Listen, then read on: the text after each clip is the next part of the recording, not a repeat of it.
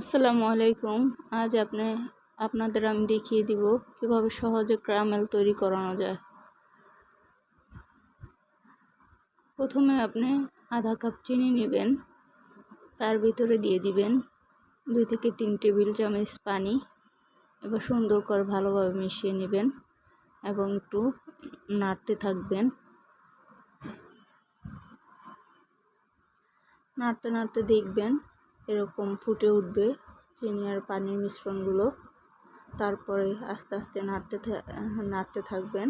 আস্তে আস্তে দেখবেন এটার কালার আসতে থাকবে।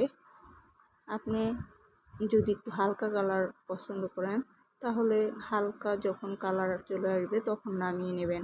আর যদি একটু গাঢ় কালারফুল চান তাইলে আরেকটু কালার হতে অপেক্ষা করবেন, কিন্তু নাড়তে বন্ধ করবেন না, নাড়তেই থাকবেন। আর না হয় আপনার এক সাইডে পুড়ে যাবে আর এক সাইডে দেখা যায় কালার আসবে না। সেই জন্য সম্পূর্ণটা সুন্দর করে নেড়ে চেড়ে তারপর কালারটা সব পুরোটা এক সমানভাবে কালার আসবে। এই তো দেখুন, যখন পুরোপুরি কালার চলে আসবে তখন আপনি ক্যারামেলটা নামিয়ে নেবেন। তাহলেই দেখবেন আপনি পারফেক্ট একটি ক্যারামেল তৈরি করতে পারছেন।